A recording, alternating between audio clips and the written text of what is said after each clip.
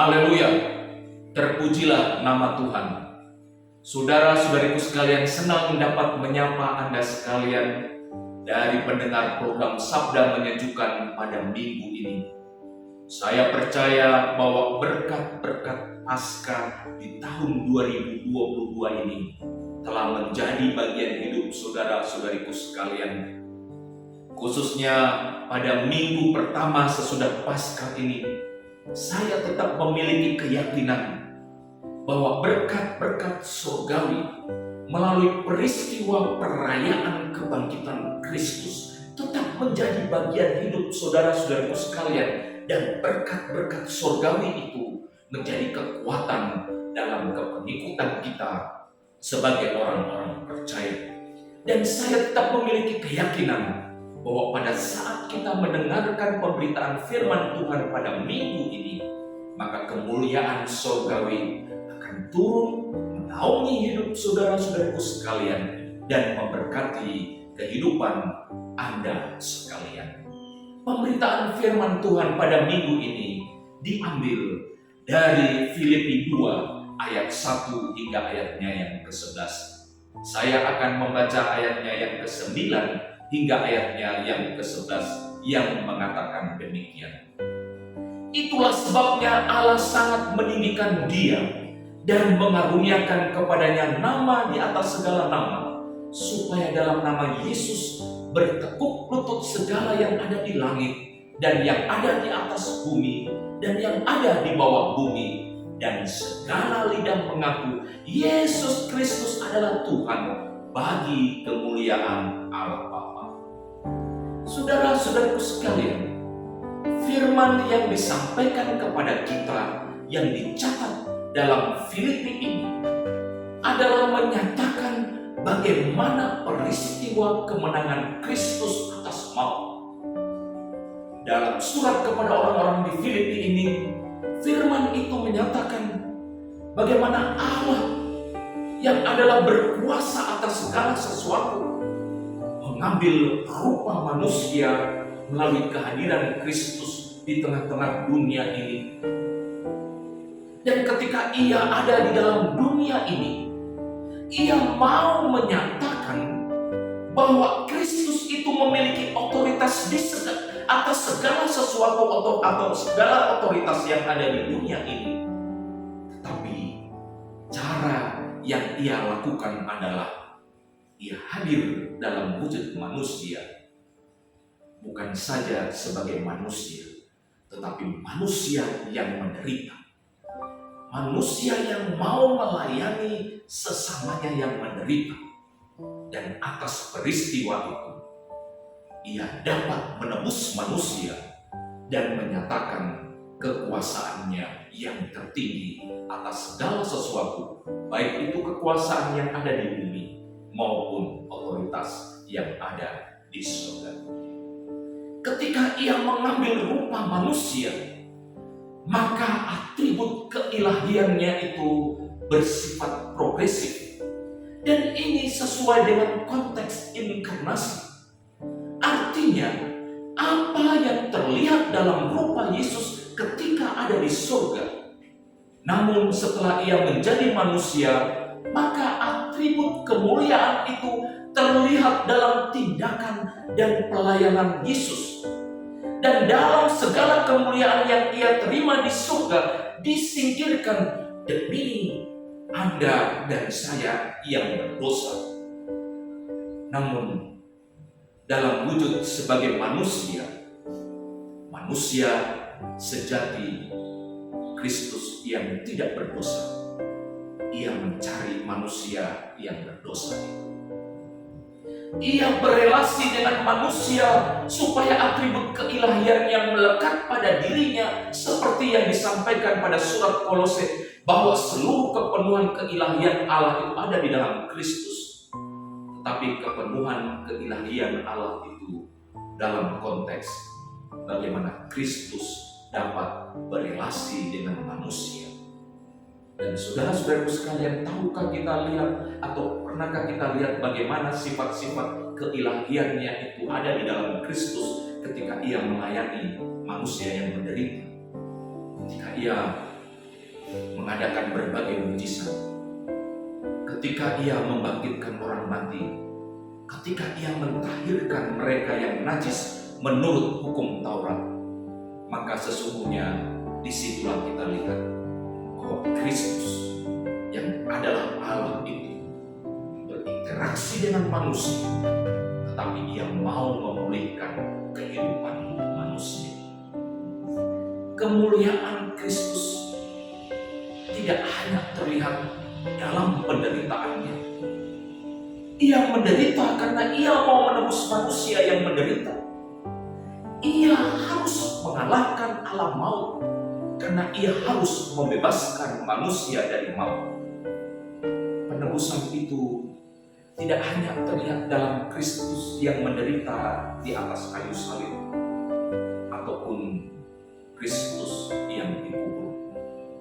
Tetapi saudara-saudariku sekalian, firman ini menyampaikan kepada kita semua bahwa penebusan itu juga terlihat dari kemenangannya atas maut yang dibuktikan dengan kubur yang kosong. Haleluya, terpujilah nama Tuhan. Peristiwa kebangkitan Kristus menyatakan bahwa segala otoritas yang ada di dunia ini tunduk kepadanya.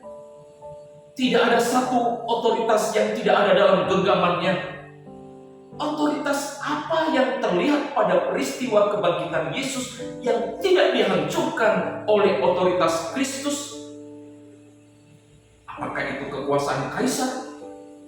Kekuasaan Herodes? Kekuasaan Pilatus?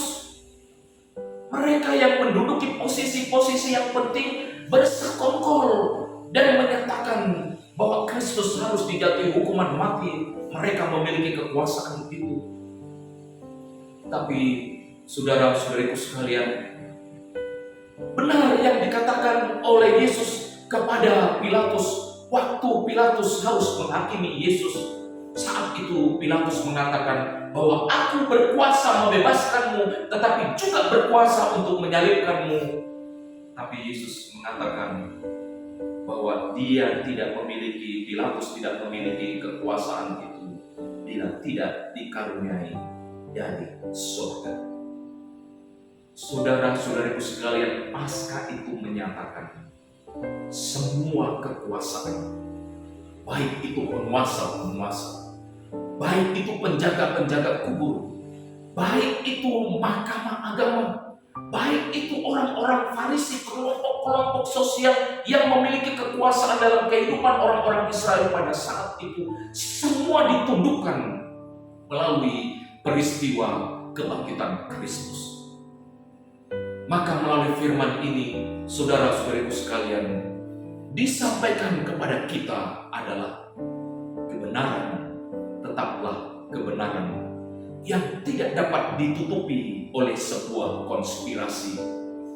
Merupakan pelajaran bahwa dalam hidup ini, sekuat apapun kekuasaan yang muncul dan berkuasa, kekuasaan Allah dalam Kristus tetaplah menjadi otoritas yang tertinggi.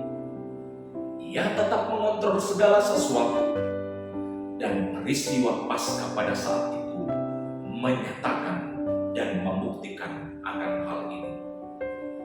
Saudara-saudariku sekalian, kita lihat bagaimana kuasa maut berusaha mengalahkan otoritas Kristus dengan cara para penguasa agama berpihak kepada kekuasaan Romawi yang berkuasa atas Israel saat itu. Saudara-saudariku sekalian, ini sesuatu yang sangat menggelitik bagi kita.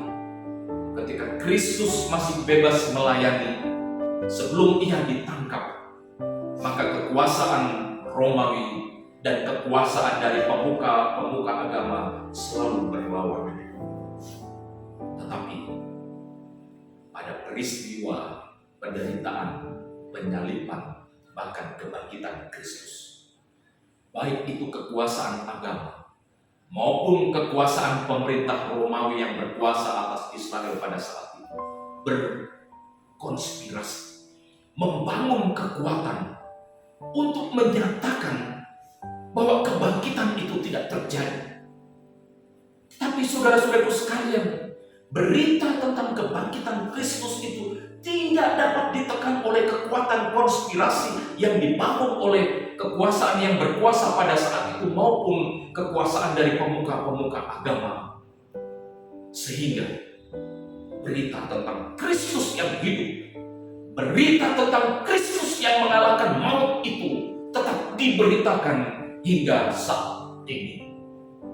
Disinilah kita lihat supremasi Kristus atas segala sesuatu yang ada di bumi ini. Supremasi itu muncul dan menyatakan otoritasnya yang tertinggi melalui peristiwa salib dan kebangkitan.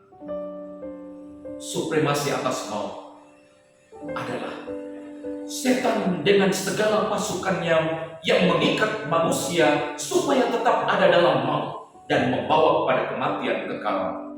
Tetapi Kristus membawa manusia dari alam maut kepada kehidupan yang kekal. Supremasi atas segala kekuasaan.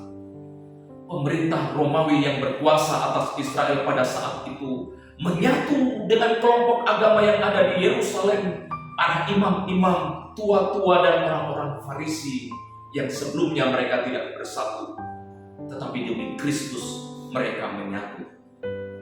Namun kekuasaan apapun yang mereka bangun pada saat itu, kebangkitan Kristus tetap menyatakan bahwa Kristus bersupremasi atas segala kekuasaan yang ada di dunia ini. Supremasi atas alam. Bukankah alam juga menunjukkan kekuatannya mulai dari peristiwa kematian Yesus, yaitu saat Yesus tergantung di atas kayu salib, maka kegelapan menyelimuti kota Yerusalem. Dan saudara-saudaraku sekalian, peristiwa alam berikutnya adalah ketika pagi-pagi benar di hari Minggu itu terjadilah gempa bumi, sehingga meterai dari kubur Yesus itu yang berupa batu yang besar terguling. Apa yang disampaikan kepada kita semua? Kematian dan kebangkitannya mampu menggerakkan alam untuk menyatakan bahwa Yesus memiliki otoritas tertinggi di atas segala otoritas, termasuk alam semesta ini. Dan pada akhirnya, saudara-saudaraku sekalian, melalui peristiwa Paskah ini menyatakan kepada kita demikian. Iman kita atas kebangkitan Kristus adalah Kristus bertahta atas segala kuasa. Dan bahwa iman kita tidak hanya terfokus pada tanda-tanda secara kasat mata, namun jauh dari tanda-tanda tersebut ada harta kekayaan yang Tuhan sediakan untuk kita terima dan alami yang melampaui keindahan dan kesenangan dari hal-hal yang terlihat secara kasat mata. Tuhan dimuliakan dan kita diberkati. Mari kita berdoa. Terpujilah Engkau ya Allah, Allah di dalam Kristus yang telah bangkit dari kematian. Allah di dalam Kristus yang bersupremasi atas segala kuasa yang ada di surga, yang ada di atas bumi, maupun yang ada di bawah bumi. Sehingga tidak ada satu ciptaan pun yang tidak bertekuk lutut dan mengaku bahwa Engkau adalah Yesus, Tuhan dan Juru Selamat. Maka saat ini ya Bapa, hamba-Mu berdoa, kiranya kekuasaan yang telah Engkau nyatakan melalui peristiwa kematian dan kebangkitan itu akan mendorong kami sebagai orang-orang percaya untuk tetap setia dalam kepengikutan kami. Sehingga benar-benar ya Tuhan, apa yang kami imani, bahwa kami, penglihatan kami tidak terlihat pada hal-hal yang hanya terlihat dari mata kami saja, tetapi jauh dari itu ada kekayaan rohani yang Engkau sediakan bagi kami. Bahkan kehidupan yang kekal akan menjadi bagian kami. Hamba-Mu berdoa, kiranya mereka yang mendengarkan program ini selalu diteguhkan iman mereka. Hamba-Mu berdoa, kiranya mereka yang mendengarkan pemberitaan firman Tuhan ini akan terus didorong memberitakan Kristus yang hidup. Hamba-Mu berdoa, kiranya mereka yang mendengarkan firman ini, maka hidup, keluarga, rumah tangga diberkati oleh Tuhan. Diagungkan dan dimuliakan Engkau ya Bapa. Di dalam nama Yesus Kristus kami naikkan doa ini. Amin. Amin. Demikian saudara-saudara sekalian pemberitaan firman Tuhan pada minggu ini. Saya percaya bahwa pada minggu yang akan berjalan ini, berkat-berkat Paskah itu tetap menjadi bagian hidup saudara-saudara sekalian. Terpujilah nama Tuhan. Haleluya. Amin.